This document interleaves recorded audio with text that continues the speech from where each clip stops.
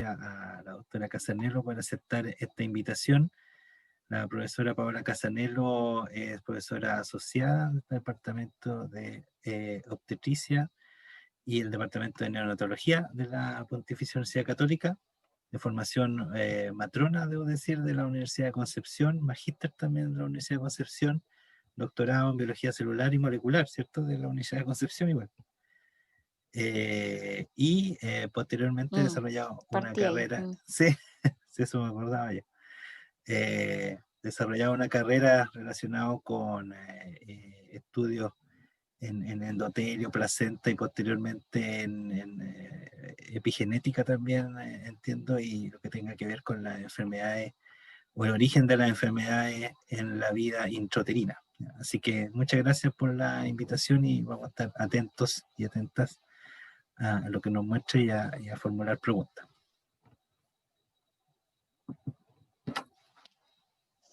Bueno, Marcelo, te quiero agradecer por la oportunidad de compartir con los becados y con las personas que escuchen después la grabación en las redes sociales. Ahí está mi correo, así que muy disponible a recibir comentarios, preguntas, intercambio de ideas. Siempre es bueno tener esa ventana abierta de mirar desde otro lado las cosas que uno cree que está mirando, ¿sí?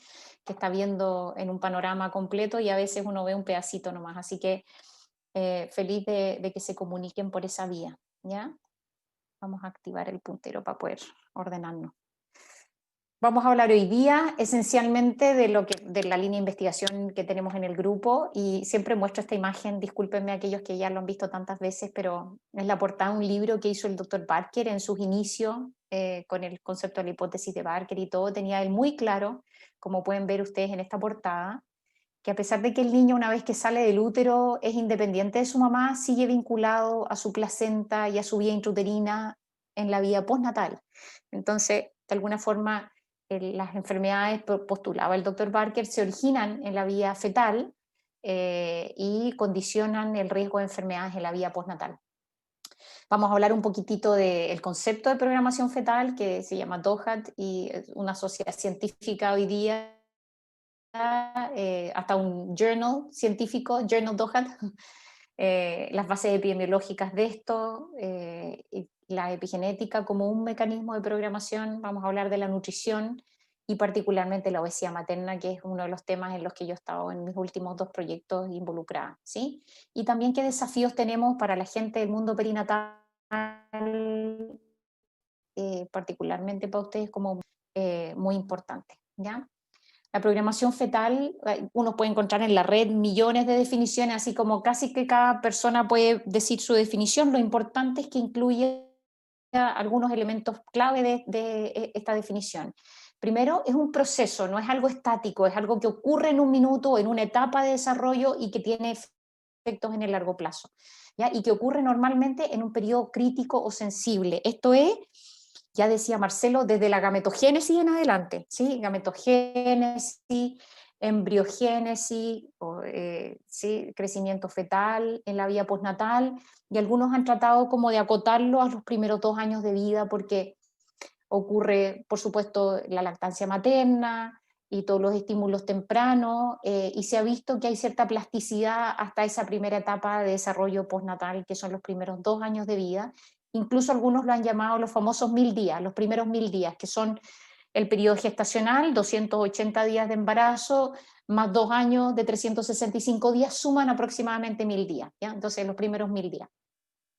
Cualquier cosa que ocurra, no estamos hablando, y esto es muy importante, siempre lo digo, no son adaptaciones fisiológicas, porque hay sistemas de feedback para secreción de hormonas, para respuestas al dolor, para respuestas al estrés, que son efectos agudos y que tienen sistemas de feedback que pueden ayudar a regular eso. Estamos hablando de cosas, estímulos que ocurren en un periodo muy crítico y por lo tanto tienen efectos permanentes o, qué sé yo, exposiciones a fármacos, exposiciones a estrés crónico, exposiciones a cambios nutricionales o metabólicos importantes durante la gestación, que tienen efectos en el largo plazo, que no se manifiestan evidente al momento de nacer, pero sí tienen un efecto en el largo plazo. Y tampoco es una condición sine qua non, o sea, no es que el niño se expone a desnutrición en el útero y está condenado a tener obesidad, no, también depende de las exposiciones postnatales y hay un cierto rango de plasticidad también en esa exposición postnatal, ¿sí? En la cronicidad del efecto. Y entonces aquí vemos el ejemplo más simple, que fue con lo que partió Barker, ¿cierto? Él asumía que el tamaño al momento de nacer, el peso al nacer, era un marcador temprano de cómo el balance entre lo que la mamá es capaz de aportarle al feto en desarrollo respecto de lo que el niño demanda para crecer en las distintas etapas del desarrollo fetal, esto va cambiando, y si había un ajuste, que es lo que se ve en la parte de arriba, ¿cierto? Hay una adaptación del feto, y si hay un balance entre la demanda y lo que la mamá aporta, este sujeto tiene un riesgo normal de enfermedad del adulto. Si hay un desbalance, entonces el niño tiene un riesgo aumentado de enfermedades crónicas. Esta es la hipótesis que Barker propuso originalmente, y como pueden imaginarse, la placenta era muy importante porque este balance entre demanda y oferta de nutrientes, la placenta juega un rol clave. Entonces por eso él pensaba que la placenta y por lo tanto el tamaño al nacer eran muy importantes en el riesgo postnatal, ¿ya? Y así fue como esta hipótesis de alguna forma se puso a prueba. Él la puso a prueba originalmente a través de estudios epidemiológicos en poblaciones humanas, y no fue Barker el primero, hubo gente antes de Barker, pero Barker fue el que le puso nombre, el que acotó el concepto, el que le puso el peso de nacer como un marcador biológico, etcétera, ¿ya? Así que por eso se recuerda tanto a David Barker en sus estudios epidemiológicos. Luego se hicieron estudios experimentales, porque que las poblaciones se comporten de una forma no significa que hay un mecanismo individual que hay detrás de eso. Entonces fue necesario pasar, por ejemplo, su hipótesis eran los nutrientes, y por supuesto después de que él describe esto en humano, hubo mucha gente que trabaja en fisiología y usa modelos animales, que generó restricción de nutrientes durante la gestación y vio si se veían los modelos de riesgo cardiovascular que él probaba o hipotetizaba que ocurría en humanos. Y una vez que esos estudios en experimentos, o sea, estudios en animales ocurrieron, la gente quiso saber cuáles son los mecanismos, y para eso muchas veces es necesario ir al nivel de la célula, y entonces expongo a una célula a hipoxia o a un desbalance de nutrientes o, qué sé yo, distintas alteraciones desde fuera, estrés oxidativo, lo que se puedan imaginar, y eso permite ver a nivel celular cuáles son los genes, que lo que ocurre, se transcribe ese gen, esa proteína no se pone en la membrana, o sí el receptor pero ya no es tan sensible, etcétera, los mecanismos más moleculares. Esas han sido las etapas de poner a prueba esta hipótesis, y a todos estos niveles ha habido hallazgos súper interesantes que de alguna forma consistentemente confirman que existe periodo del desarrollo donde somos lábiles a efectos que son más largos en el tiempo, ¿ya? Que no se ajustan a esta respuesta de feedback fisiológica temporal, sino que se ajustan a una programación, a una cosa en el largo plazo de riesgo de enfermedad, ¿sí? Entonces, de ahí nace el concepto de DOHAT, que originalmente era FOHAT, era Fetal Origins of Adult Disease, o sea, en el periodo fetal, pero ya sabemos que a las 8 semanas de desarrollo ya ha ocurrido, la embriogénesis ha ocurrido en buena parte, las etapas críticas de la embriogénesis ya ocurrieron, entonces en la etapa embrionaria también participa, y a través de ensayos de fertilización asistida se ha visto que los gametos ya tienen ciertas marcas. Entonces desde ese punto de vista se cambió el concepto de fetal origins por developmental origins, o sea, algo que ocurre a lo largo del desarrollo. También aparecieron estudios en gemelos que mostraron que la adolescencia era un periodo crítico también, una ventana de oportunidad de hacer intervenciones nutricionales, de hacer intervenciones farmacológicas, de estilos de vida, etcétera, que tienen efectos en el largo plazo. Entonces se dejó también el concepto de desarrollo porque es mucho más amplio que la vida fetal, ¿sí? Entonces de ahí pasamos a hacer DOHAT. Aquí les muestro a Barker, por algunos de ustedes no lo conocieron, pero él vino a Chile varias veces. De hecho, nosotros lo invitamos por primera vez a Chile cuando fue la FIGO. Muchos de ustedes probablemente ni estudiaban medicina, el 2003. Claro, estamos hablando de 17 años atrás, que estamos viejos, Marcelo, mira. El doctor Barker entonces iba a venir a la FIGO, a un simposio satélite que organizamos de la FIGO en Chile el 2003. que fue un evento masivo, o sea, me acuerdo perfecto, había letreros de Figo por todo Santiago, y hicimos este satélite en las termas de Chillán, lo organizamos estando en la Universidad de Concepción como académico. Marcelo estaba en su pregrado todavía seguramente, y organizamos este simposio que fue muy entretenido. Finalmente el doctor Barker no vino, pero vinieron mucho de la gente del mundo de la programación, ¿ya? Y las primeras observaciones que hizo David Barker en los años 80, estamos hablando de no hace tanto tiempo atrás, o sea, fines del siglo pasado, a mí me parece tremendamente contemporánea porque yo a los 80 ya era una adolescente, una niña, digamos. Él describe que este es el mapa de Inglaterra, ¿cierto? Del Reino Unido, ¿cierto? Aquí Escocia, Gales, Inglaterra, y entonces, para que se ubiquen, aquí está Londres, ¿cierto? El norte de Londres como el sur de Chile, ¿cierto? Frío, en el invierno largos meses de lluvia y frío, y entonces estamos hablando de 1900. Este era un mapa de la tasa de mortalidad infantil por cada 1000 habitantes en Inglaterra, ¿ya? Entonces las altas tasas de mortalidad infantil son más elevadas en el norte, donde hace más frío, etc.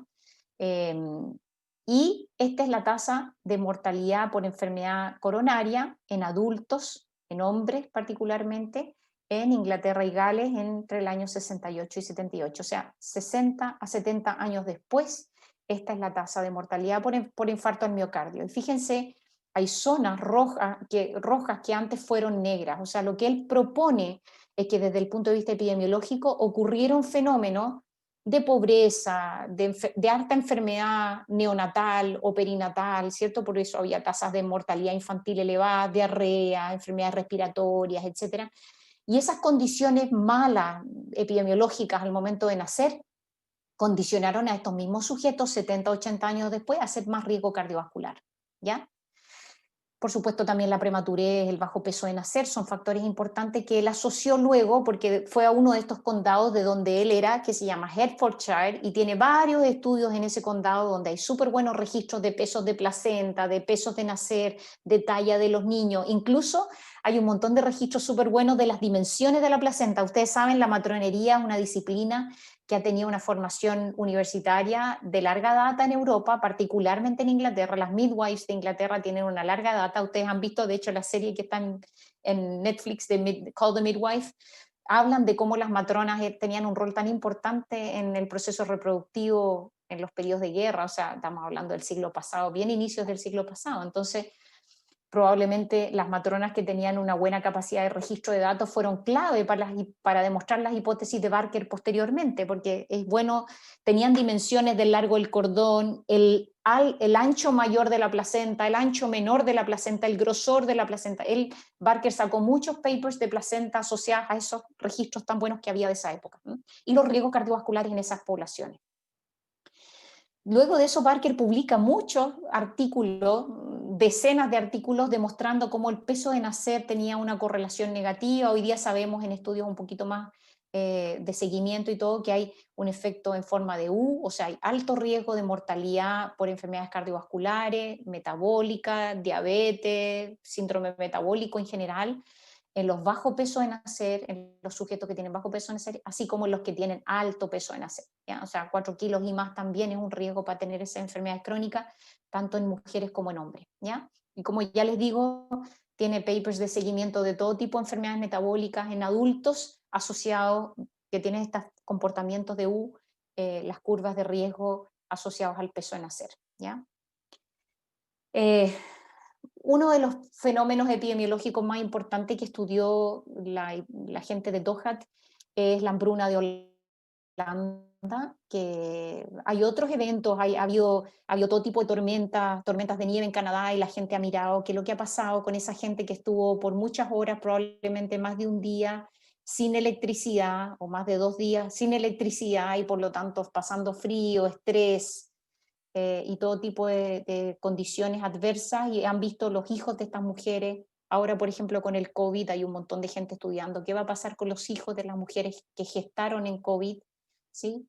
En este caso, la hambruna fue un episodio que tiene que ver con situaciones políticas, ¿cierto? El nazismo estaba arrasando en Europa, y los holandeses no quisieron sumarse a las filas o a las políticas de los alemanes, y entonces, como una forma de presión, los alemanes le cerraron la frontera a los holandeses para los alimentos, y eso generó que durante 6 meses la ingesta calórica por adulto bajara desde cerca de un poquito menos de 2000, o sea, 1800 calorías, a prácticamente 600 calorías, 700 calorías diarias por adulto, ¿ya? Y eso generó que los adolescentes, como este niño que está aquí, tuvieran una desnutrición severa en esos 6 meses que duró la hambruna, ¿ya? Pero particularmente hay un grupo de gente que se interesó en saber qué significa ser gestado en esas condiciones. Entonces, como esta hambruna duró 6 meses, tomaron mujeres que entraron a la hambruna ya habiendo concebido, o sea, la segunda mitad de su embarazo prácticamente fue vivido durante este periodo de hambruna, y otro grupo de mujeres que había vivido esto muy tempranamente en el desarrollo, ¿ya? Y a mujeres que tuvieron en la mitad de la gestación, y han seguido a los hijos de estas mujeres para saber un poco qué significó esta desnutrición tan severa durante ese periodo crítico del desarrollo. ¿Y qué han encontrado? Han encontrado que las personas que fueron concebidas durante este periodo tuvieron 3 veces más riesgo de tener enfermedad coronaria, de tener diabetes tipo 2, de tener enfermedad pulmonar, de tener dislipidemia, más tasa de obesidad. De ellos perciben tener una salud deteriorada, de tener alteraciones de coagulación, microalbuminuria y respuestas alteradas al estrés. Han seguido a estos niños y han mirado marcas epigenéticas que después les voy a contar, también están participando. Pero una de las cosas más interesantes que ocurrió desde el punto de vista perinatal, que les puede interesar a ustedes, es que estos niños pesaron al nacer 500 gramos menos que los niños que nacieron sin haber sido expuestos a esta restricción calórica, ¿ya? O sea, la exposición de la segunda mitad de la gestación a esta restricción tan severa generó 500 gramos menos de peso de nacer en esos niños, ¿ya? Bueno, siguiendo de toda esta cosa, ya les conté epidemiológica, en modelos animales y en células, se ha llegado a esto es una revisión de hace unos años atrás. Cada año hay preciosas revisiones de este tema. Ustedes pueden buscar su favorita, este año han salido un par también, donde podemos ver en el fondo como todos los factores, aquí faltan factores, pero mucho más que esto, las alteraciones nutricionales maternas, las enfermedades preexistentes de la mamá, hipertensión, diabetes, depresión, etcétera, exposiciones ambientales, el estrés y los estilos de vida de la mamá. Pueden generar este concepto de programación durante el desarrollo, developmental programming, ¿cierto? Y generar algunas adaptaciones. Vemos, por ejemplo, que los fetos, incluso, por ejemplo, pongamos un ejemplo súper fácil para ustedes como obstetra, la restricción de crecimiento fetal, ¿cierto? Sabemos que hay alteraciones, por ejemplo, una mujer con desnutrición va a tener más riesgo de tener restricción de crecimiento fetal, o una mujer con hipertensión crónica. Hay alteraciones de la placentación que llevan finalmente a tener que el feto crezca menos dentro del útero.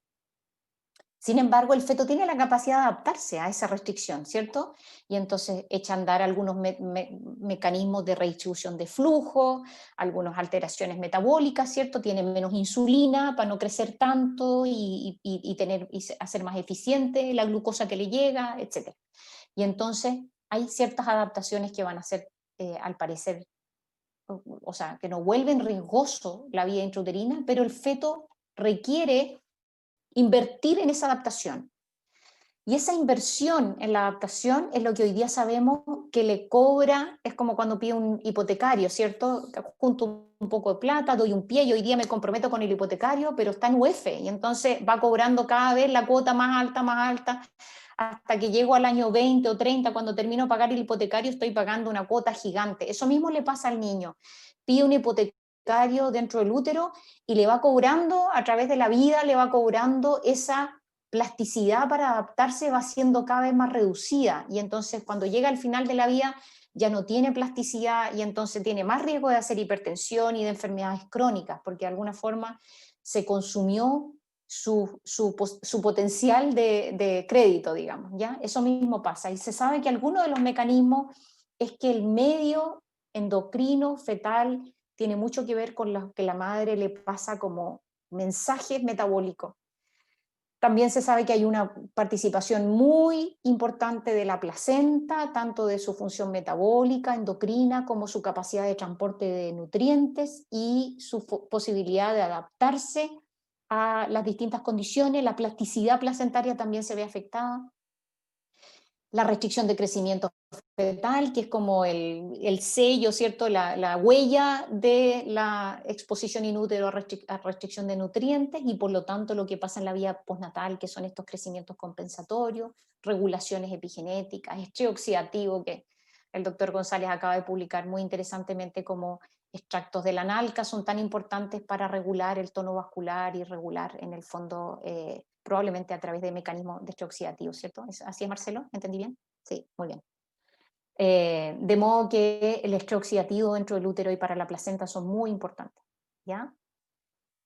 Me voy a la epigenética porque uno de los factores que ha sido clave, pero no es el único, y los factores metabólicos probablemente son mucho más conocidos, ¿ya? Y vamos a ver algunos de ellos, pero nos vamos a ir a la epigenética porque a veces uno no sabe mucho cómo es que se pueden manifestar estos mecanismos.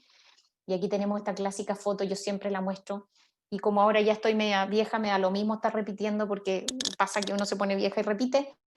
Y entonces aquí tenemos esta foto de Languedes con este Shar-Pei, ¿cierto? Que está todo lleno de arrugas, como que le sobrara la piel, pero ese es su fenotipo, el fenotipo del Shar-Pei, y está completamente concordante con el genotipo de un Shar-Pei, ¿sí? Los genes del Shar-Pei determinan esta forma, este, este fenotipo. La expresión de esos genes se ven claramente reflejados en un fenotipo. Sin embargo, en este niño probablemente no tiene el gen de la obesidad, que no existe, pero si existiera el gen de la obesidad, probablemente el niño no es portador de ese gen, sino que probablemente el ambiente hizo mucho más sobre este fenotipo que lo que sus propios genes lo determinan a tener ese exceso de peso, ¿sí? Y entonces aquí aparece el concepto que estudió Waddington. Waddington era un biólogo del desarrollo, paleontólogo, ya lo ven ahí, un PhD de tomo y lomo, ¿cierto? Filósofo, embriólogo, genetista, paleontólogo y biólogo del desarrollo. Como era un biólogo del desarrollo, le interesan los procesos reproductivos y los procesos a largo plazo, entonces estudian especies que tienen vida y periodos de desarrollo más cortos, como son las moscas, los gusanos, etcétera.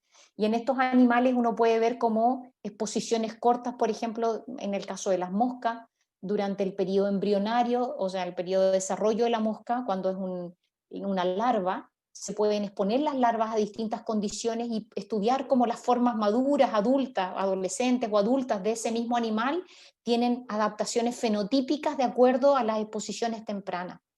Y entonces a través de este tipo de observaciones que tienen que ver con el compromiso de los linajes embrionarios, los linajes originales de los precursores celulares, de un montón de otros tipos de células después, es que él se dio cuenta que había algo que trascendía de los genes, porque claramente entre una larva y otra, que son de la misma grupo de larvas de una misma hembra, unas larvas expuestas a una condición respecto de otras son capaces de tener fenotipos distintos. Eso no es genético, es completamente ambiental. Entonces dijo, hay algo que está por sobre los genes, y por eso se llama epigenética, por sobre lo genético. Él no estaba secuenciado el DNA, no sabíamos ni siquiera la estructura del DNA en esos años, o probablemente en esos tiempos se supo recién.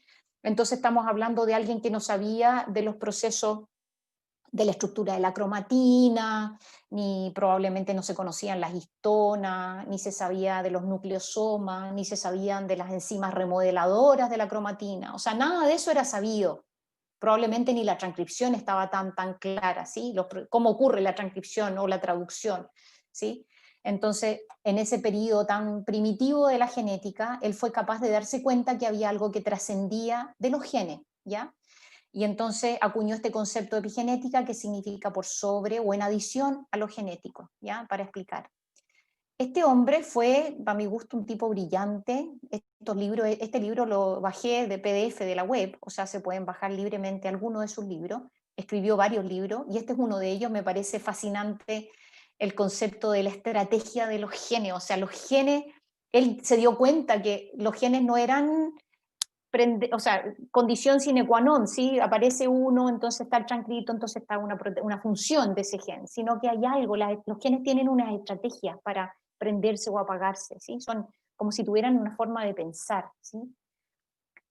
Entonces quiero ir atrás antes de ir a la siguiente diapositiva, que fue el modelo, y probablemente lo van a ver en todos los libros por ahí, si ustedes ponen epigenética en el Google van a encontrar claramente el esquema que propuso Waddington. ¿Pero por qué lo propuso? Porque como él estudiaba el desarrollo, los quiero llevar atrás a sus cursos de embriología, ¿sí? Y entonces ver cómo aquí tenemos una célula, un ovocito fecundado en sus primeras divisiones, es un mismo tipo de célula, ¿sí? ¿Ya? Hasta que en el fondo forma un estadio embrionario temprano donde se empiezan a diferenciar. La primera diferenciación ocurre entre lo que va a ser el embrioblasto y lo que va a ser el trofoblasto, ¿cierto? Lo que va a formar la placenta y lo que va a formar el embrión. Pero luego ese primer blasto empieza a dividirse, pasa a ser un blastocisto y en esa etapa empiezan a diferenciarse linajes celulares.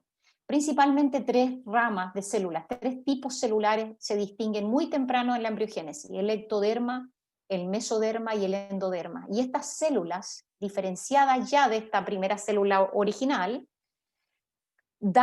son los precursores de todos los linajes celulares que van a comprometer a un embrión y por supuesto a un humano adulto, ¿sí?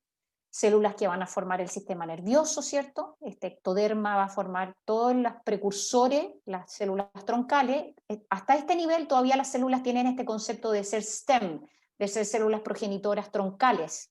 Desde allí nacen otros tipos celulares, las mesenquimáticas, los hemangioblastos y los progenitores endodérmicos. Y de aquí van a nacer, por ejemplo, las células del hepatocito, células del páncreas, de las mesenquimáticas, todas las células, los adipocitos, los miocitos, los osteocitos y otras tantas. También tenemos aquí las hematopoyéticas, van a dar origen a todas las células de la sangre, incluidas las plaquetas y todas las células rojas y los eritrocitos. Y aquí tenemos también todo el sistema nervioso, ¿cierto? Las glías, las neuronas, etc. Para que recordemos, a esto se refería particularmente Waddington cuando estaba hablando de su modelo, que es el que viene aquí, ¿cierto? Entonces él propone que en el fondo, si esto fuera, imagínense la cordillera de los Andes, un cerro, río abajo, ¿sí? Las aguas del cerro corren río abajo. Entonces él dice, aquí tenemos una progenitora, una célula, un cigoto, una célula totipotente, que luego a través de su bajada espontánea, el agua baja sin preguntar si tengo que bajar o subir, baja por una gradiente. Lo mismo pasaría con los genes. Esta célula totipotencial se genera en una célula multipotente, que son estas líneas celulares principales. Luego tenemos estas células que son multipotentes, que las tenemos hasta la adultez, ¿cierto? Dando vuelta por la sangre, que son aquellas que vienen desde la médula, que van a ir a formar todos estos linajes para ir a reparar, en el caso de una infección, ir a generar células inmunes para responder frente a una infección. Y luego tenemos las células ya diferenciadas. Entonces, eso es lo que él proponía, que había momentos en el desarrollo en que esta precursora podría haber decidido ser acá o ser allá.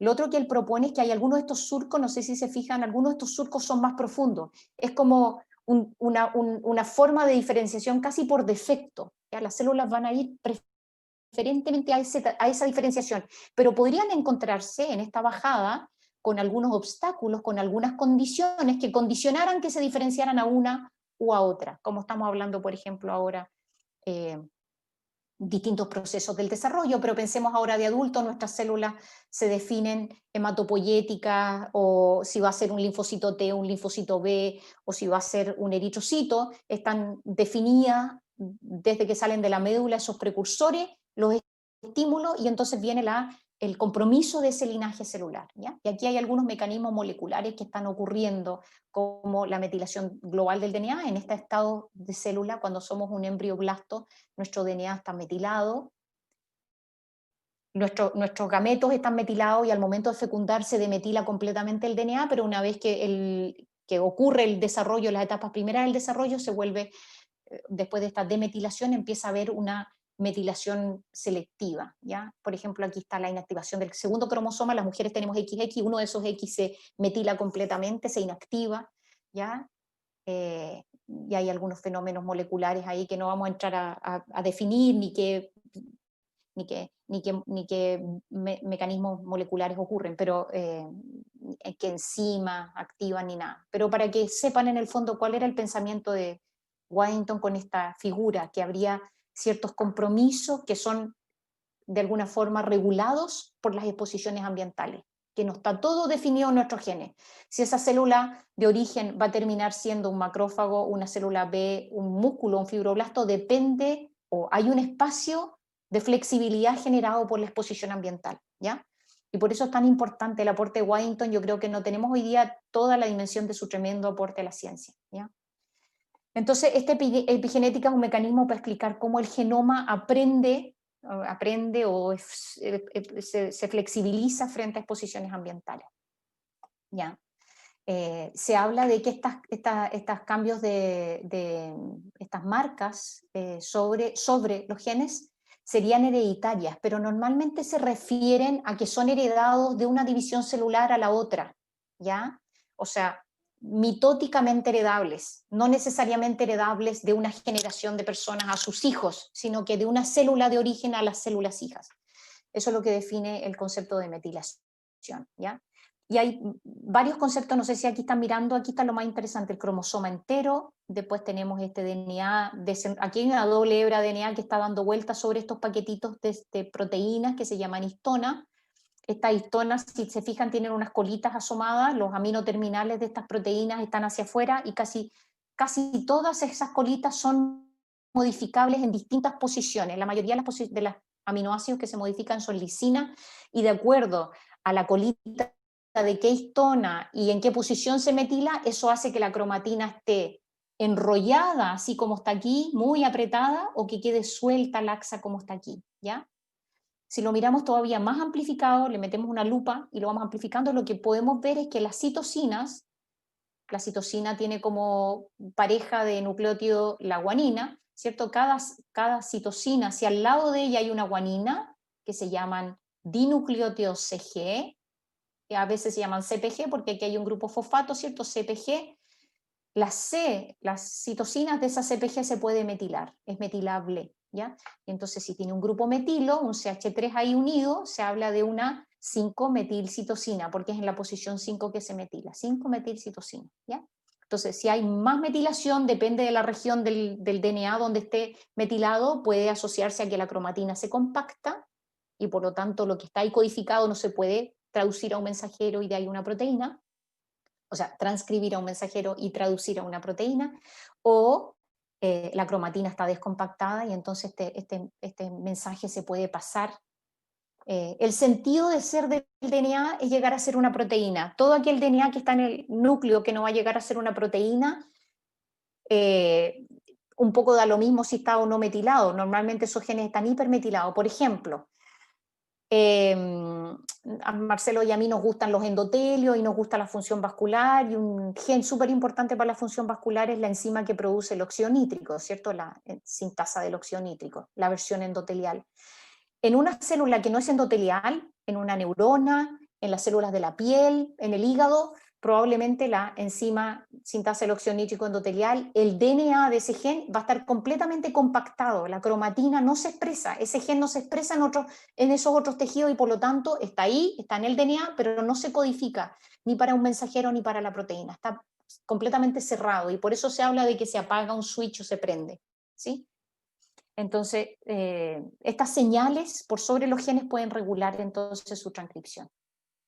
Aquí hay algunas definiciones, se las voy a dejar ahí, les paso la presentación después, pero para que vean diferentes definiciones, la epigenética es el estudio de los cambios mitóticamente heredables de la expresión génica que ocurren sin cambios en la secuencia del ADN. Esas son las palabras clave. No hay cambios en la secuencia del ADN y hay cambios en la estructura de esta cromatina que se heredan de una célula madre a una célula hija y que tienen y que no alteran la secuencia del DNA. Eso es muy, muy importante, ¿ya? Hay otras definiciones actuales que no incluyen que los cambios tengan que ser heredables mitóticamente, pero es complejo el concepto de la heredabilidad y además que esto es una ciencia en desarrollo, o sea, no sabemos todo de la epigenética para nada. Este es un paper que se lo sugiero a los que les interese la epigenética, habla de cosas muy novedosas que les voy a mostrar enseguida en esta presentación del mecanismo epigenético. Aquí tenemos los grupos metilos, como en una citosina que está al lado de una guanina, esta metilación puede alterar la estructura de la cromatina, y modificaciones de histona. Las histonas, estas histonas son 4 isoformas de histona, 2A, 2B, 3 y 4, por un lado y por otro, forman un paquete de 8 unidades de proteína que tienen estos aminoterminales que se pueden modificar por un grupo metilo, 2, 3, ¿sí? Trimetilación, dimetilación o monometilación, se pueden acetilar, se pueden fosforilar, hay distintas modificaciones que se llaman posttraduccionales porque una vez que la proteína se traduce no tiene esos cambios, sino que vienen después de la traducción de la proteína. Y entonces, todos estos son conceptos de las modificaciones. Aquí lo vamos a ver en esta diapositiva, donde podemos ver que la cromatina puede estar apagada. Cuando está muy compactada la cromatina, las señales de eso son: el DNA está metilado, estos grupos metilos que están ahí en las islas CPG o en los sitios citosinas al lado de una guanina. Las histonas tienen estas otras modificaciones que no nos vamos a meter en detalle porque son súper específicas. Hacen, sobre todo si estos cambios están a nivel del promotor de un gen. El promotor es el que está justo antes de que inicie la transcripción de ese gen. El primer aminoácido está codificado aquí, ¿ya? Y entonces la transcripción de este gen genera un mensajero donde está el primer aminoácido definido por lo que está ahí, lo que se lee, lo que la RNA polimerasa lee. Entonces, el primer aminoácido de la proteína que se va a generar con este pedacito de DNA, la parte que está arriba de ese DNA se llama promotor. Y aquí se tienen que generar se unen una serie de proteínas que forman un complejo que se llama pretranscripcional, una serie de familias de proteínas que vienen a regular la actividad de esta proteína, que es la RNA polimerasa, que es la que transcribe. Si este promotor está hipermetilado o tiene este tipo de cambios en la histona, la cromatina queda muy compactada y ese DNA no se puede transcribir. Por el contrario, y se llama heterocromatina. Por otro lado, la eucromatina, no hay metilación, las histonas tienen estos otros cambios que son de descompactación, particularmente la acetilación es un clásico señal de que esa cromatina está descompactada, y entonces se habla de que la cromatina está prendida, la cromatina está abierta, y por lo tanto la RNA polimerasa se puede sentar aquí y transcribir. Para que tengan una idea, hay aproximadamente un 5% de todo nuestro genoma que está metilado. Hay una fracción pequeñita de todo nuestro genoma que está metilado, pero tiene un rol súper importante en la regulación de la transcripción de genes y la regulación de la expresión, no solamente genes, también RNAs interferentes y otros mecanismos moleculares que regulan la actividad a nivel de la célula. Entonces espero haberlos convencido con estos pequeños detalles, que estos cambios epigenéticos ocurren muy temprano, son muy claves durante el desarrollo. Ya les conté, los gametos están hipermetilados, cuando ocurre la fecundación se demetilan completamente y luego, una vez en las primeras etapas de desarrollo, hay una remetilación selectiva en el fondo del genoma. Así que el desarrollo temprano es muy importante, los procesos epigenéticos. Pero además a lo largo de la vida hay una serie de exposiciones ambientales que hoy día sabemos. La obesidad de la mamá regula metilación de genes en el hijo, que la mamá fume se sabe que regula metilación en los hijos, que el papá, ojo, que el papá fume cannabis se sabe que regula la fertilidad del papá, genera infertilidad en el papá, pero también en los hombres, digamos, pero también le pasa, hay un estudio que mostraron este año, muy bonito, donde demuestran que la exposición a cannabis en el periodo periconcepcional, incluso más allá, porque le hicieron un lavado un par de meses sin cannabis, igual se ve el efecto de la exposición tardía. La exposición de THC en los gametos, la fecundación, el hijo concebido con esos gametos también tiene marcas de infertilidad en sus propios gametos en la vía postnatal. Lo vieron en animales, en humanos eso no está demostrado, pero en animales ya hay señales de que hay un traspaso de estas exposiciones ambientales. El tabaco, ¿qué decir? El tabaco deja marcas epigenéticas muy importantes en los hijos de las mujeres que fuman o de los ambientes donde los hijos son concebidos y se fuman, etcétera. Esta diapositiva es un poquito redundante. Aquí tenemos, a todo esto hemos hablado siempre de la mamá, ¿cierto? Como el papá puede aportar, hoy día se sabe que el papá puede aportar a través de microRNA, no necesariamente el DNA, sino que microRNAs que pueden estar regulando el fenotipo de los hijos en la vía postnatal. Y aquí solamente para dejarles en evidencia que esta reprogramación asociada a cambios epigenéticos pueden ocurrir a lo largo de la vida y ya vimos, por ejemplo, en la gametogénesis pueden establecer los fenómenos de imprinting, que ya les decía, por ejemplo, cuando se apaga completamente uno de los cromosomas, ese es un fenómeno de imprinting, o que se expresa selectivamente uno de los alelos, por ejemplo IGF-2 en el proceso reproductivo. IGF-2 es muy determinante su expresión en la placenta y en el niño para el crecimiento pre y postnatal del niño, y la expresión de este gen está 100% a cargo del alelo paterno. El alelo materno de IGF-2 no participa de ese proceso, ¿ya? O sea, la expresión de ese factor de crecimiento tan importante es de una impronta paterna, ¿ya? Así como el H19, que es como la contraparte que está en el alelo materno, ¿sí? Y entonces, durante la concepción ya vimos que se borran los patrones de metilación, hay una demetilación masiva, y después de la concepción hay una metilación linaje específico, ¿ya? Y en la vía postnatal, en el periodo de maduración, se sabe que también hay una especie de vuelco de nuevo de susceptibilidad epigenética, de exposición durante la maduración, o sea, la adolescencia, ¿ya? Así que todo este proceso que tiene que ver con la obstetricia, ustedes como profesionales médicos obstetras van a ver procesos de gente con infertilidad, etcétera, van a ver procesos reproductivos, van a ver adolescentes, los que se dediquen a la ginecología van a ver probablemente adolescentes o adolescentes embarazadas, etcétera. Y durante todo este periodo, si ustedes se fijan, la nutrición es un factor que puede, una señal ambiental, que puede afectar el epigenoma y los efectos en el largo plazo, ¿ya? Así que yo estoy convencida que probablemente la nutrición sea una de las herramientas más importantes que tenemos para hacer intervenciones. 2 diapositivas de un review de hace 2 años, pero muy interesante para que ustedes vean que la epigenética no está lejos de su ejercicio profesional. Ya hay medicamentos, marcas epigenéticas que se usan para diagnóstico, para pronóstico, para respuesta a terapia, para estudiar riesgos de enfermedad, para monitorizar intervenciones en estilos de vida. Y aquí se puede ver, por ejemplo, el tejido adiposo o músculo esquelético que se usa. Han hecho GWAS, aproximaciones de genoma completo, o a través de genes candidatos en las biopsias de tejido adiposo de músculo esquelético de estos 2 genes, por ejemplo, donde se miran con fines de estudiar riesgo de enfermedad y con fines de monitorizar cómo son las intervenciones.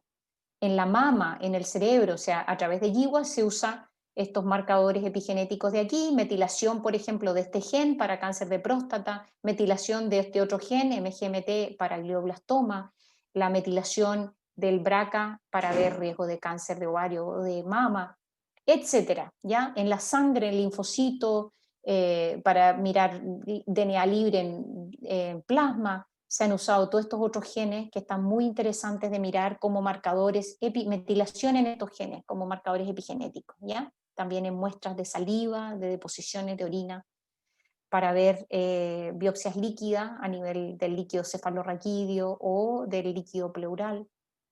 O sea, ya la epigenética está llegando a la medicina como una herramienta útil para el manejo clínico. Y aquí ya tienen epifármacos, están apareciendo y muchos de ellos ya están aprobados por el FDA. Los que están aquí en rojo, en la etapa de aprobación, aquí tenemos algunos que están en etapa preclínica, en etapa de estudios clínicos y en etapa de ensayos aprobados. Y fíjense, hay un montón de fármacos cuyo uso es esencialmente inhibir la DNA metiltransferasa, o sea, la enzima que agrega grupo metilo al DNA, están ahí disponibles, ¿ya? Para inhibir estas enzimas, o para inhibir las enzimas, las D-acetilazahistonas, las que remueven los grupos acetilo. Cuando las histonas están acetiladas, la cromatina está descompactada. Si yo remuevo los grupos metilo, la cromatina se compacta. Entonces voy a inhibir aquellas enzimas que lo que hacen es volver a compactar la cromatina, ¿ya? Porque eso es lo que se sabe. Casi todos estos estudios están hechos en cáncer, como se pueden imaginar. Casi todos los estudios de epigenética están en cáncer. Y lo que ocurre en cáncer es que las señales de parar el ciclo celular, porque en el fondo el cáncer es eso, ¿cierto? Un desorden del ciclo celular, la célula vuelve a entrar en replicación, y entonces los frenos que existen se metilan, se hipermetilan, esa cromatina se apaga y por lo tanto no existe el freno, se apaga el freno y entonces el ciclo celular continúa y genera el tumor. Entonces lo que están buscando son herramientas epigenéticas que hagan que esos frenos no se apaguen, para que los frenos estén presentes, ¿ya? Y por eso buscan, en el fondo, regular las que metilan, o sea, que apagan metilando o que apagan removiendo acetilación. Esos 2 mecanismos son los que se están usando como anticancerígenos Ya les mostré algunos cánceres, ¿sí? Hasta aquí llegamos con el concepto de epigenética, y para que ustedes vean, en el fondo la epigenética está a la vuelta de la esquina. Los oncólogos ya tendrían que estar manejando todos estos conceptos, y ustedes como obstetras y perinatólogos o médicos de especialidad materno-fetal deberían también estar en contacto con estos conceptos. La nutrición durante el embarazo es un concepto muy importante. Les voy a mostrar 2 o 3 diapositivas de esto y me voy a saltar unas pocas para ir al tema que me interesa más cercanamente mostrarle, que es lo que estamos haciendo en el laboratorio. La primera evidencia de que la nutrición de la mamá tenía un efecto en el fenotipo de la progenie, uno de los más relevantes, yo diría, fue como un antes y un después de esta demostración, fue Rob Waterland, que es un tremendo dojadder, está muy metido en este concepto, está cada vez más dedicado a la bioinformática, pero él fue el que describió durante su postdoctorado, hace casi 20 años atrás, describió en esta raza de ratón que se llama agouti, este es el fenotipo clásico del ratón agouti, pero había otros fenotipos moteados, muy moteados, poco moteados, hasta llegar a este fenotipo amarillo, que dependían de la dieta. Y se dieron cuenta cuáles eran los factores nutricionales que determinaban esto. Y entonces se sabía que un desbalance de vitamina B12 y folato generaba este fenotipo amarillo. Entonces lo que hicieron fue generar un desbalance, un déficit de vitamina B12 en la hembra, y vieron que aparecía esencialmente fenotipo. Entonces decidieron, ok, vamos a suplementar con ácido fólico y con vitamina B12, y vamos a ver si esta suplementación genera algún cambio en el fenotipo. Y claramente aparecía más este fenotipo. Y cuando fueron a mirar qué pasaba con la metilación en el hígado de las crías cuyas madres fueron suplementadas, encontraron que en el hígado, en células aisladas del hígado, miraron, ya les conté que las CGs es un sitio donde hay una citosina que está o no metilada, otra citosina que está o no metilada en el promotor de este gen agouti. Y lo que encuentran es que, si ustedes miran así como a grueso modo, aquí hay un porcentaje bajo de metilación, ¿sí? Las células de los animales que no estaban suplementados con B12 folato, la mayoría de las células del hígado de sus hijos tenía un porcentaje de metilación baja, y el fenotipo principal que se obtenía era este. Sin embargo, cuando las hembras eran suplementadas con ácido fólico y vitamina B12, aumentaba el porcentaje de metilación. Hoy día sabemos con mucha evidencia que este ciclo del carbono, donde los grupos metilos donados a través de la dieta del ácido fólico se generan esa adenosilmetionina, que es el donante más importante de grupos metilos para los procesos de metilación, para que la DNA metiltransferasa pueda transferir grupos metilos al DNA y a la histona, es requerido como sustrato nutricional el ácido fólico. Y entonces, cuando son suplementadas, aumenta el porcentaje de metilación en las células del hígado de sus hijos y se genera este fenotipo oscuro. Hasta aquí, qué bonito. Uno tiene prácticamente un sensor de nutrientes en la coloración de la piel. Pero estos animales, al corto andar, los del pelaje amarillo, se volvían obesos y hacían tumores. Entonces se dieron cuenta que este gen agouti prácticamente es como un interruptor metabólico de estos animales, ¿sí? Y entonces hay otros fenómenos en las abejas que no vamos a repasar hoy día. Nos vamos a ir directo a lo que ocurre en humanos. Este estudio también tiene, no sé, 18 años ya, probablemente 20 hasta que lo publican, pasan algunos años, pero me parece fascinante porque ocurre primero en humanos, en población africana, en Gambia, donde tienen 2 estaciones muy importantes durante el año, cuando está lloviendo y por lo tanto los granos no se pueden cosechar porque están creciendo, ¿cierto? Los cereales, las legumbres, qué sé yo, la avena, en fin. Y luego viene la etapa, perdón, esta es la etapa seca donde se puede cosechar, y esta es la etapa lluviosa donde no se pueden cosechar porque los granos están creciendo. Entonces, un estudio, un centro de investigación europeo, esencialmente británico, está instalado ahí en Gambia y le da todo tipo de apoyo nutricional y educativo a estas mujeres, las vacunan, se preocupan mucho de la salud pública de estos grupos de mujeres. Hicieron un estudio y le pidieron a las mujeres que, una vez que estuvieran embarazadas, vinieran al consultorio, y entonces las ingresaron al estudio y vieron si concebían, fíjense la época de la concepción, si concebían en época de sequía, donde, o sea, donde ya no estaba, donde los granos se podían consumir más libremente y por lo tanto la nutrición de las embarazadas era más rica, o cuando había lluvia y por lo tanto no se comía de forma tan variada. Y fíjense, esta es la sangre del cordón de sus hijos al momento de nacer. Fíjense, midieron los metabolitos, lo que se llama un metaboloma, hicieron un barrido de todos los metabolitos que están ahí. Y no nos vamos a ir en detalle qué significa cada uno de estos, pero fíjense que es un espejo invertido, ¿me entiende? Aquí donde está amarillo, está azul. ¿Ya? Donde está fuertemente amarillo, lo que quiere decir que están en baja expresión todos estos nutrientes en los niños que comieron menos ricamente, menos variadamente, prácticamente estaban muy bajos. ¿Ya? Y esto hizo en el fondo ver que se fueron a mirar los patrones de metilación y encontraron que los patrones de metilación eran diferentes, consistentemente diferentes. Este es un resumen de toda la metilación de todos estos genes, y lo que ven consistentemente es que hay un aumento de la metilación de todos estos genes que son dependientes de metilación. O sea, hay una hipermetilación asociada a la o a la menor riqueza nutricional del periodo de concepción en que fueron concebidos estos niños. ¿Ya? O sea, hay un correlato de la nutrición versus metilación, expresión de genes en estos metabolitos, muy fuerte también en humanos, no solamente en los animales. Volviendo a la hambruna Holanda, ya les había contado que el periodo, las que se expusieron tardíamente a la hambruna, hambruna, a la hambruna, tenían 500 gramos de peso menos. Sin embargo, fueron a mirar qué pasaba con la metilación de IGF-2, que es muy importante, ya les dije, para el crecimiento pre y postnatal, pero también para riesgo metabólico y diabetes y todo eso. Este gen no tenía cambios en su metilación en los adultos que fueron expuestos durante su vida intrauterina como fetos, digamos, a la hambruna tardíamente en la gestación. No hay ninguno de estas citocinas que esté diferencialmente metilada. Fíjense, los P son todos sobre 0,5, son todos no significativos en los hijos que se expusieron tardíamente a la hambruna. Pero los que se expusieron periconcepcionalmente a la hambruna, todos tienen, la mayoría de la citocina del IGF-2 y su expresión están alteradas. De nuevo aprendemos, la exposición tardía, acá abajo, no tiene cambios de metilación, pero tiene un efecto enorme sobre el peso de nacer. Estos niños que se expusieron periconcepcionalmente a la hambruna no tuvieron cambios en el peso de nacer, porque probablemente la mamá con sus reservas nutricionales fue capaz de suplir esos 6 meses de hambruna. Sin embargo, tenían cambios epigenéticos en IGF-2, que es un factor metabólico muy importante.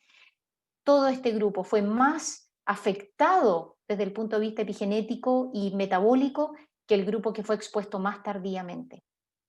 De nuevo, lo mismo que les contaba antes, muy temprano en la gestación tenemos una tremenda posibilidad de endeudarnos, y cuando uno se gasta esas reservas, como probablemente estos niños que tuvieron expuestos a la hambruna muy tempranamente, se tomaron hipotecarios súper caros que después no fueron capaces de pagar en el tiempo y lo tuvieron que pagar por una enfermedad metabólica. Y aquí quiero pasar rápidamente, este es un resumen, ¿cierto? Las exposiciones nutricionales maternas pueden alterar el epigenoma de sus hijos, llevando a cambios en la función a nivel celular. Esta plasticidad epigenética es gen específica, no afecta a todos los genes igual. Ya vimos con lo del IGF-2, es gen específica, ¿ya? Y continúa más allá del desarrollo temprano. Esta metilación del DNA en algunos sitios losis específicos se asocia con riesgos diferenciales de enfermedad y puede ser modificada por intervenciones nutricionales. Esta misma gente de Gambia tiene varios estudios después donde han generado un multivitamínico que es adecuado para las déficits nutricionales de la población de Gambia, y han logrado un montón de cambios en peso y han mirado también marcadores moleculares. Así que están haciendo cosas muy interesantes con esas poblaciones. Las variaciones epigenéticas pueden ser consideradas importantes como recomendaciones nutricionales más personalizadas, y esto es una convicción personal también, la nutrición es probablemente el factor ambiental más importante que podamos usar para modular la expresión de genes que pueden participar en estos fenómenos de programación y cosas metabólicas en la vida postnatal. Esta diapositiva de alguna forma les muestra lo que le quería decir antes, ¿cierto? Los espermios tan hipermetilados los gametos, que en el proceso de fertilización ocurre una demetilación masiva, que luego, temprano en la embriogénesis, hay una demetilación de novo que es selectiva, ¿ya? Que tiene que ver con efectos de exposición, si la mamá tiene obesidad, si la mamá tiene diabetes, si la mamá no tiene una nutrición balanceada, si la mamá fuma o el papá fuma en la misma casa. y cada vez hay más evidencia de que el espermio del papá tampoco es tan pasivo frente a este rol, ¿sí? Y podría haber una regulación, por ejemplo, de la adipogénesis y tener efectos en la obesidad, ¿ya? Las histonas también son muy importantes, ya las vimos. Voy a irme a esta diapositiva, donde aquí hay una revisión de varios años atrás, pero fíjense cómo los folatos y las multivitaminas tienen efecto. Hoy día se sabe en la sangre de cordón, a través de metilomas, que se sabe que hay cambios de metilación en vías muy importantes, IGF-2 de nuevo, el receptor de IGF-2 en niñas, específicamente en niñas, y este otro gen en niños. Hay expresiones diferenciales o efectos diferenciales de nutrientes sobre metilación del DNA o cambios en las histonas que son específicas a ciertos genes y que se pueden percibir al momento de nacer. Nosotros pensamos en nuestro grupo que deberíamos tener posibilidad en el corto plazo de generar biomarcadores epigenéticos de riesgo metabólico. Seguramente hay muchos grupos en el mundo pensando en esto, ¿sí? De riesgo de enfermedad. Si uno pudiera saber el riesgo de obesidad tempranamente, podría hacer intervenciones que son mucho más enfocadas y eficientes, ¿cierto?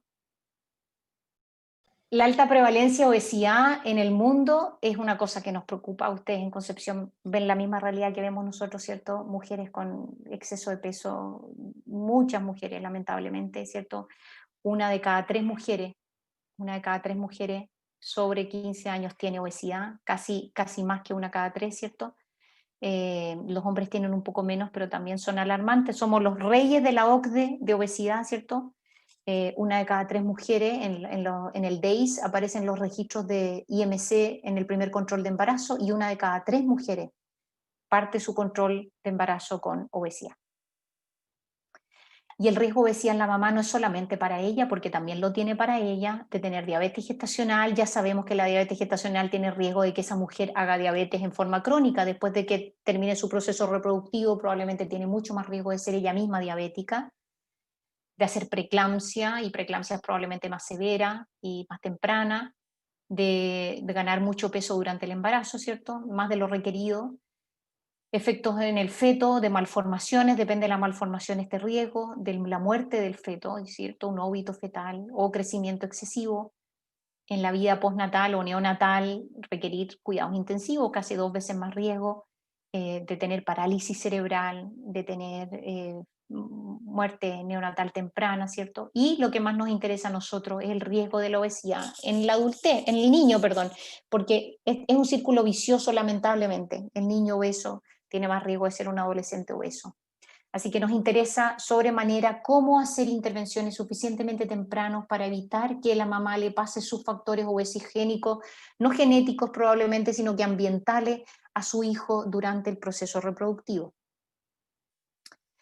Esta es nuestra línea de trabajo prácticamente, como la obesidad pregestacional de la mamá, en su tejido adiposo, en sus marcadores metabólicos y también en su riesgo cardiovascular de la propia gestante. A través de todos estos mecanismos puede hacer que durante la vía temprana del desarrollo haya una disregulación del sistema inmune, que eso es una de las cosas que nos hemos enfocado en nuestros últimos proyectos. Estamos interesados en las células de la inmunidad innata de los niños y cómo estos monocitos son disfuncionales cuando vienen de mujeres con exceso de peso. Lo mismo sus adipocitos tienen más tejido adiposo, que tienen alteraciones en la producción, en la secreción de adipoquina y su diferenciación, ¿ya? Las células precursoras de estas células están en el foco de nuestra siguiente postulación. Estamos esperando que Fondesit nos diga si nos va a financiar o no, y hemos postulado mirar estas células, ir atrás y mirar si las precursoras de estas células están alteradas. Y sabemos que estas alteraciones en la niñez temprana están asociadas a riesgo crónico. Alergia, tenemos un anillo donde estamos mirando riesgo temprano de alergia y asma. Hicimos un proyecto previo en hijos de mujeres con obesidad, donde vemos que los hijos de las madres con obesidad también hacen más asma, y hay marcadores metabólicos detrás de ese riesgo, como leptina en el cordón. Obesidad, nosotros en este proyecto que estamos terminando hemos medido marcadores de adiposidad y otros riesgos. Que los hijos de las mujeres con obesidad tengan más grasa no es una sorpresa, me imagino, para ninguno de ustedes, para los pediatras tampoco, ¿cierto? Aquí hay uno de los primeros estudios que mostró que las mujeres con IMC pregestacional de más de 25, es decir, con sobrepeso y obesidad, o lo que se llama en su conjunto exceso de peso, no tenían cambios en el peso de nacer. Nosotros vemos exactamente eso en nuestra corte, no hay cambios en el peso de nacer necesariamente, pero sí en la grasa, en la masa grasa, ¿sí? Más tejido adiposo a través de, ¿cómo se llama?, impedanciometría, y también a través de pliegue. El niño al nacer tiene casi toda su grasa subcutánea, de modo que hacer pliegues en los niños recién nacidos es una forma que se ha usado tradicionalmente para medir grasa, porque es de bajo tecnología y se puede aplicar en cualquier lado. Podemos ir a poblaciones muy apartadas, no necesitamos un aparato especial más que un caliper para medir, una persona entrenada. Ese es el recurso humano más importante, tener una persona muy entrenada y poder hacer pliegues cutáneos. Este estudio de hace poco tiempo miró, por ejemplo, la grasa del niño, el porcentaje de grasa al nacer del niño, medido por métodos más estandarizados como la pleitismografía por desplazamiento de aire, o PIPOT que se llama, respecto del IMC de la mamá. Tiene una correlación positiva siempre y cuando la mamá tenga obesidad. Si la mamá tiene obesidad, hay una relación directa con el tejido adiposo del niño. Si la madre está en el rango de normopeso, no hay una correlación con la grasa. O sea, hay una condición la mamá le pasa factores obesogénicos a su hijo y adipogénicos, ¿sí?, que no ocurre en la gestación con una mujer con un IMC normal. ¿Por qué nos interesó el sistema inmune? Hace algunos años ya, 5 años ya, un grupo de Estados Unidos demostró que las monocitos, que son las células de la primera línea de la inmunidad innata, ¿cierto?, en la sangre del cordón, es prácticamente la herramienta más importante para defenderse contra una infección que tiene un recién nacido. Cuando se estimulan estas células con LPS, que es la proteína que tienen las bacterias en su membrana, ¿cierto?, el lipopolisacárido, cuando se estimulan las células, los monocitos, con LPS, los hijos de las madres delgadas, ¿cierto?, o con sobrepeso, tienen la capacidad de producir interleuquina 6, que es una cosa que se espera que estas células hagan. Sin embargo, los hijos de las madres obesas no tienen esa posibilidad disminuida. Es como que no tienen capacidad de responder a una infección. Y eso se sabe, que estos niños hacen más enterocolitis necrotizante, infecciones, sepsis neonatal, etc. Lo mismo para TNF-alfa, y un paper posterior de este mismo grupo demostró que no solamente secretan menos citoquina, los hijos de las madres obesas frente a un estímulo con LPS son menos capaces de secretar citoquinas proinflamatorias, sino que además el rol de este monocito es adherirse a la pared, ¿cierto?, migrar, pegarse a la pared y migrar a través del endotelio e irse al tejido para ir a responder a la infección, ¿cierto? Y entonces la capacidad de migrar a través de un endotelio está disminuida en los hijos de las madres obesas respecto de los hijos de las madres delgadas o normopeso. Como una forma de revertir esto, se sabe, al menos en adultos, que el DHA genera efectos antiinflamatorios. Este DHA es un ácido, se llama ácido docosahexanoico, está principalmente en el pescado y en las algas, en algunos mariscos, en algunas semillas como la chía, pero comprenderán que no nos podemos comer 200 gramos de chía, pero sí nos podemos comer tranquilamente 200 gramos de un pescado graso como el salmón o el atún o alguno de esos otros, que son los que andan más profundo en el mar y por lo tanto tienen más grasa. Esos pescados bien grasos son los mejores en omega 3, que son estos omegas de aquí. Nosotros en la dieta consumimos los precursores de estos ácidos grasos, pero la capacidad de elongar las cadenas de 18 carbono a 20 a 22 carbono y desaturar, o sea, generar dobles enlaces en estas moléculas, nuestra eficiencia para producir eso es muy baja. Y por lo tanto es importante consumirlos ya con sus cadenas largas a partir de estas fuentes que ya les mencioné, ¿ya? Y sobre todo en el embarazo es muy importante. ¿Para qué? Sabemos que esta es la evidencia de la última Cochrane que revisó este tema. Tienen una disminución en la incidencia de parto prematuro y de parto prematuro temprano, o sea, menos de 34 semanas en las mujeres que tienen altos niveles de DHA hay menos parto prematuro. O sea, si ustedes tienen una embarazada que tiene riesgo de parto prematuro, suplementenla con DHA. No solamente coma 2 veces a la semana pescado como todos nosotros, sino que suplementenla. De 600 miligramos para arriba, ojalá 1000 miligramos durante el embarazo, ¿ya? Y la mezcla de DHA. Disminuye la incidencia de bajo peso de nacer en mujeres que tienen bajo peso, que tienen riesgos de niños bajo peso, suplementen con DHA. Menor riesgo de requerir cuidados intensivos neonatales, de morir o de estar gravemente enfermo, ¿ya? y se sabe que alarga el embarazo en varios días, 5, 6, 8 días de embarazo, y estos niños tienen un crecimiento postnatal y un desarrollo más saludable, ¿ya? Así como en general miraron varias cosas, la agudeza visual, la cosa neuroconductual, un montón de cosas. Ninguna por sí sola es muy significativa, pero si uno suma, estos niños crecen más saludablemente en la vida postnatal, ¿ya?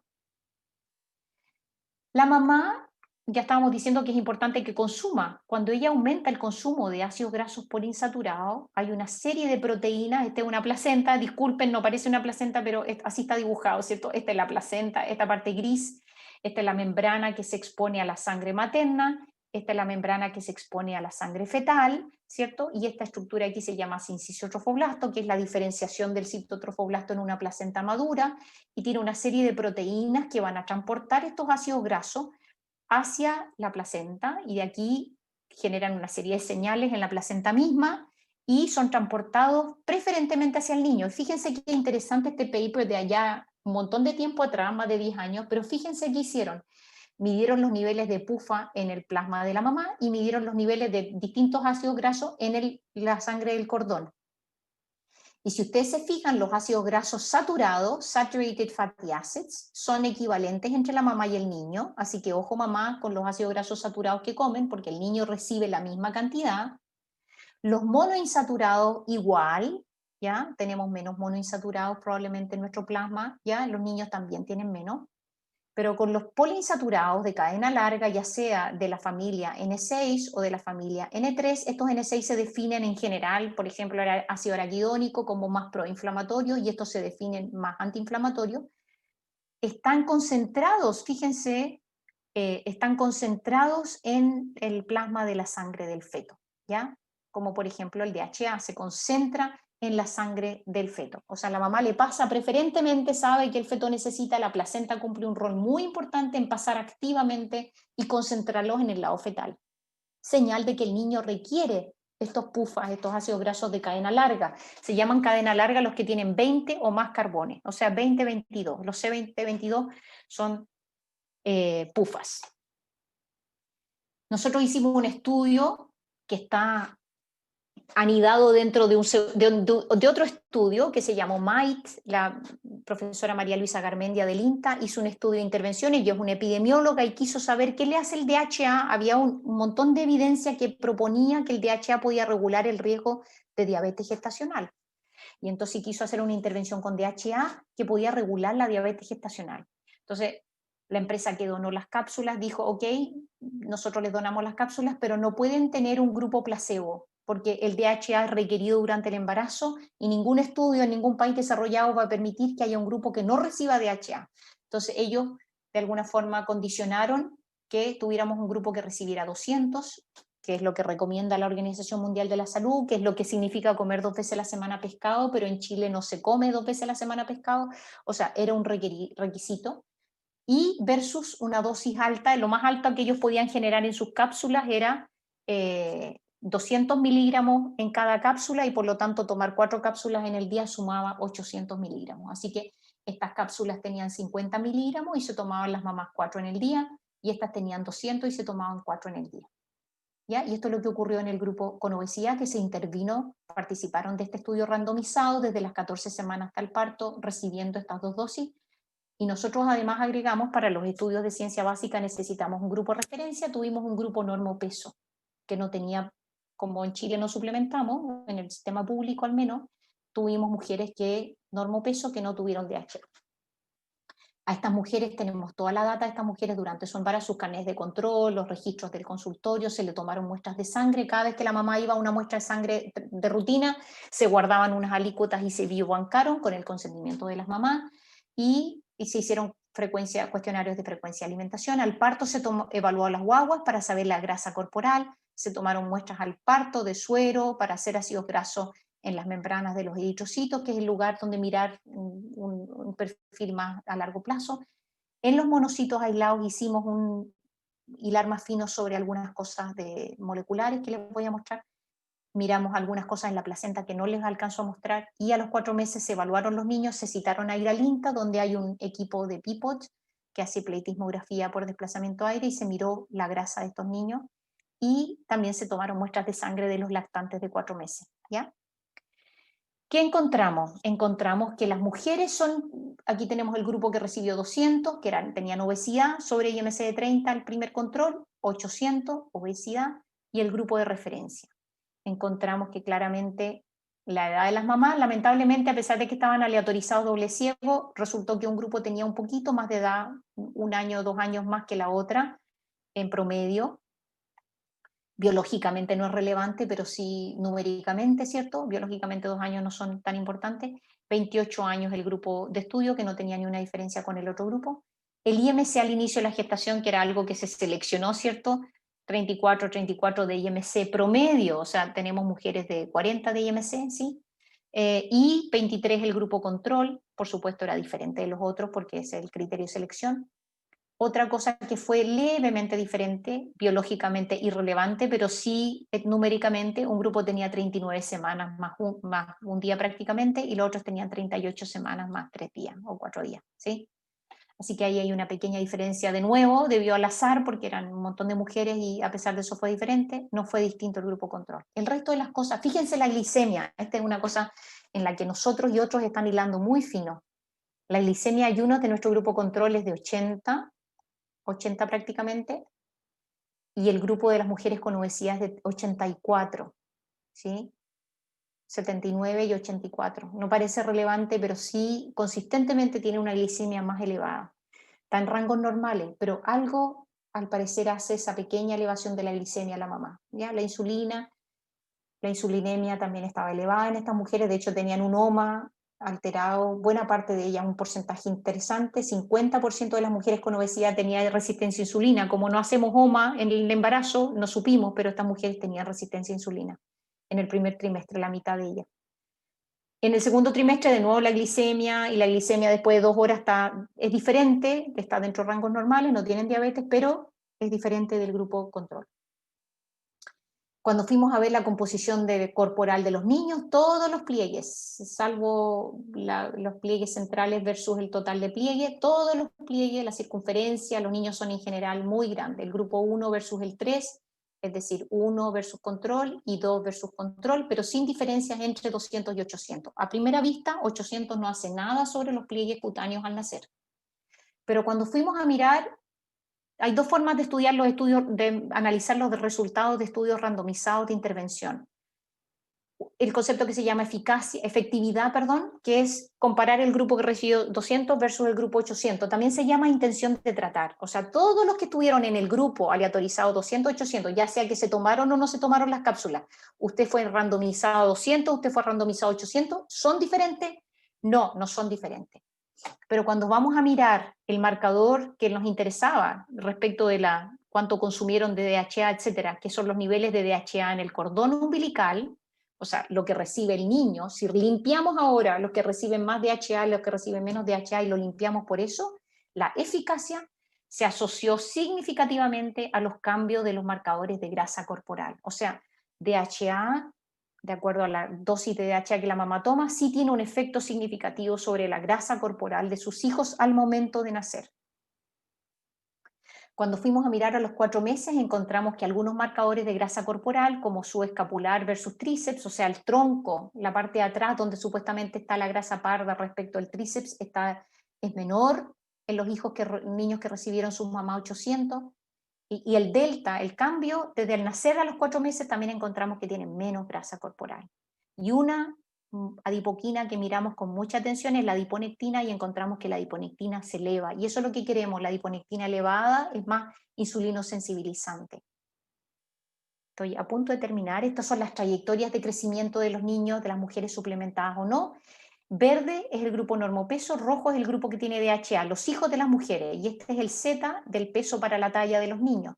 Y vemos que la suplementación con DHA con 800 genera este punto intermedio, o sea, como tiende a mejorar la trayectoria de crecimiento de estos niños. Y sabemos que ahí es muy importante, bueno, por supuesto, los niños que crecen mucho dentro del útero, y una cosa muy interesante que encontró Valeria de Toro, una pediatra especialista en nutrición pediátrica que trabajó en nuestro grupo, encontró que hijos de las mujeres, o sea, los niños que tenían la insulina en el cordón en el nivel más elevado eran aquellos que tenían las trayectorias de crecimiento más afectadas por la intervención con DHA.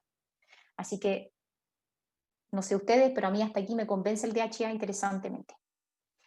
Aquí miramos en los monocitos de estos niños algunos genes proinflamatorios, no voy a ir en detalle, pero fíjense, los barras grises son los hijos de las madres con obesidad que recibieron la dosis normativa. A todo esto, el consumo del DHA fue el 50%, o sea, se tenían que tomar 4 cápsulas, la mayoría de las mujeres tomó en promedio 2 cápsulas. O sea, en vez de consumir 200, consumieron 100 miligramos de DHA. Y eso es realmente casi despreciable, ¿cierto? Muy poquito DHA. O sea, es prácticamente el efecto de la obesidad en este grupo, y en este grupo estamos viendo el efecto de la intervención, o sea. Y vemos que los hijos de las madres con obesidad tienen marcadores proinflamatorios elevados en varios de los genes que miramos, y la suplementación materna con DHA revierte esos marcadores de inflamación. Miramos metiloma en esta célula, estamos hilando fino sobre estos datos en este minuto para sacar este paper pronto, esperamos, pero fíjense, casi todos estos genes que están en la vía proinflamatoria están hipermetilados, es decir, el DHA, la suplementación materna con DHA apaga una serie de genes metabólicos y proinflamatorios en estos monocitos. Y estas son las últimas diapositivas. ¿Cómo es entonces que la obesidad pregestacional, porque estamos hablando de mujeres que entraron al embarazo con obesidad, cómo es que la preexistencia de la obesidad puede regular la grasa en el niño? O sea, antes de que la mujer, en el periodo, llamemos periconcepcional, la obesidad de la mamá está ya determinando el riesgo de obesidad en su hijo y la alteración de la respuesta inmune de sus células. ¿Y cómo es que el DHA de la mamá podría tener estos efectos? Nosotros proponemos lo siguiente, y eso es lo que estamos esperando con los dedos cruzados a ver si nos van a financiar. Si las células precursoras, las mesenquimáticas, que van a dar origen a las hematopoyéticas, que van a dar origen a los adipocitos de estos niños, probablemente desde las etapas de embriogénesis muy temprana ya están expuestos a niveles elevados de insulina, a niveles elevados de glucosa, a un factor proinflamatorio y a un estrés oxidativo, que es lo que estudia el doctor González y que me parece muy importante en este proceso de programación. Están ahí presentes cuando estas células se están diferenciando, y por lo tanto estas células progenitoras se quedan, ya vimos, principalmente en la médula, en el hígado, y se quedan en muchos territorios periféricos, las mesenquimáticas particularmente, y pudieran desde ahí seguir a lo largo de la vida generando células que ya están marcadas, que se marcaron tan temprano en el desarrollo que siguen siendo marcadas a lo largo de la vida.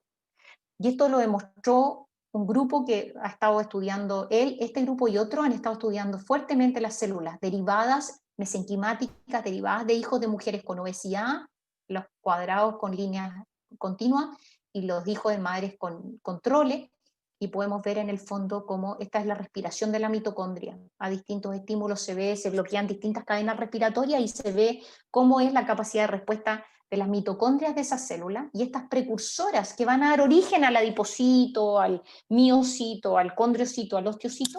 Estas células precursoras ya tienen una menor capacidad de respiración mitocondrial porque esos niños son hijos de madres que partieron el embarazo con obesidad. O sea, esto es una pequeña evidencia que muestra que la exposición tan temprana a factores obesogénicos puede marcar sus células progenitoras probablemente, y a partir de ellas probablemente las células que se diferencian a partir de ellas. ¿Y por qué DHA? Porque nosotros seguimos postulando, y por eso en este proyecto que estamos postulando también propusimos hacer una intervención con DHA, porque no nos interesa solamente describir que hay cambios, nos interesa ver qué posibilidades tenemos de hacer intervenciones, porque de eso depende que podamos revertir estas marcas.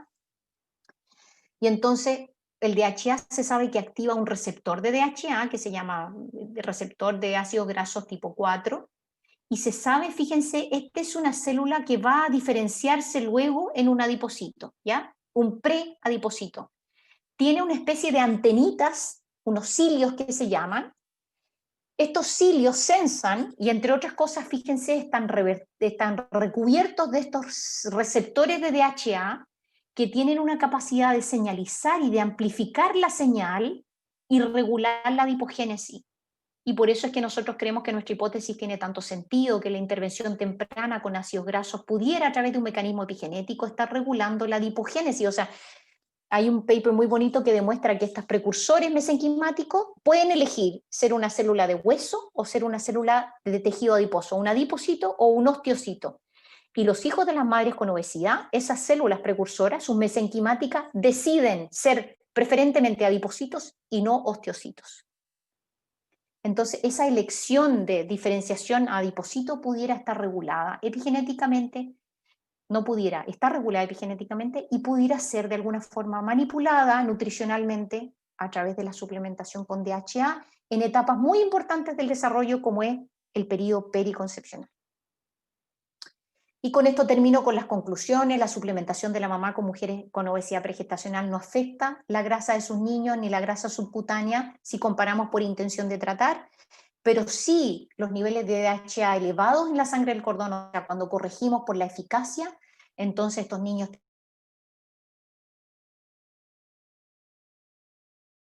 subescapular, ahí detrás de las paletas, que es donde está la grasa buena, aumenta la grasa donde supuestamente está la grasa parda, ¿cierto? Y disminuye la grasa central, en el abdomen, en el costado, ¿sí? A los 4 meses de vida. También sabemos que regula la expresión de marcadores proinflamatorios y genes inmunomoduladores, no les mostré todo, pero ahí hemos mirado un poquito más de detalle, y las citoquinas que se liberan y todo eso también son revertidas con la suplementación materna con DHA. Esta suplementación en mujeres con obesidad puede regular la metilación de genes, principalmente hipermetilando, apagando genes proinflamatorios y genes metabólicos, y nosotros pensamos que puede alterar la fisiología, la diferenciación potencialmente de estas células progenitoras de adipocitos y en las etapas muy tempranas del embarazo, y por lo tanto nosotros creemos que esta es nuestra propuesta, ¿cierto? Que puede regular los marcadores tempranos de riesgo de obesidad en sus hijos. O sea, esta es un potencial, una llave para cerrar este ciclo de obesidad transgeneracional. No puedo no agradecer a toda la gente de mi laboratorio, ya particularmente los que están ahí en negrito, que es la gente que ha participado activamente de esta parte, pero tenemos otras áreas de desarrollo que están células T reguladoras, células, las vitaminas B12, folatos en la tesis de Erika, etcétera, etcétera, colaboradores internacionales, financiamiento, nuestros colaboradores nacionales del INTA, de la Universidad de Chile, esencialmente Rodrigo Valenzuela ha sido clave para cuantificar los ácidos grasos y toda su experiencia en esa área, la gente epigenética, la gente de nutrición, la gente del área inmune, la doctora Garmendia, que somos colaboradores hace varios proyectos con el grupo LINTA. Con este grupo tenemos ese anillo donde estamos estudiando marcadores tempranos de alergia y asma, los neonatólogos que son clave, los obstetras, ¿sí? Marcelo Faría y Juan Pedro, que han sido clave en el desarrollo de estas líneas de investigación, colaboradores que hemos tenido antes, y la gente de salud pública. Así que este es nuestro grupo. Como pueden ver, tenemos un grupo flamante, hermoso de mujeres en nuestro grupo. Bueno, muchas gracias a ustedes por su tiempo y por su escucha, y feliz de escuchar sus comentarios.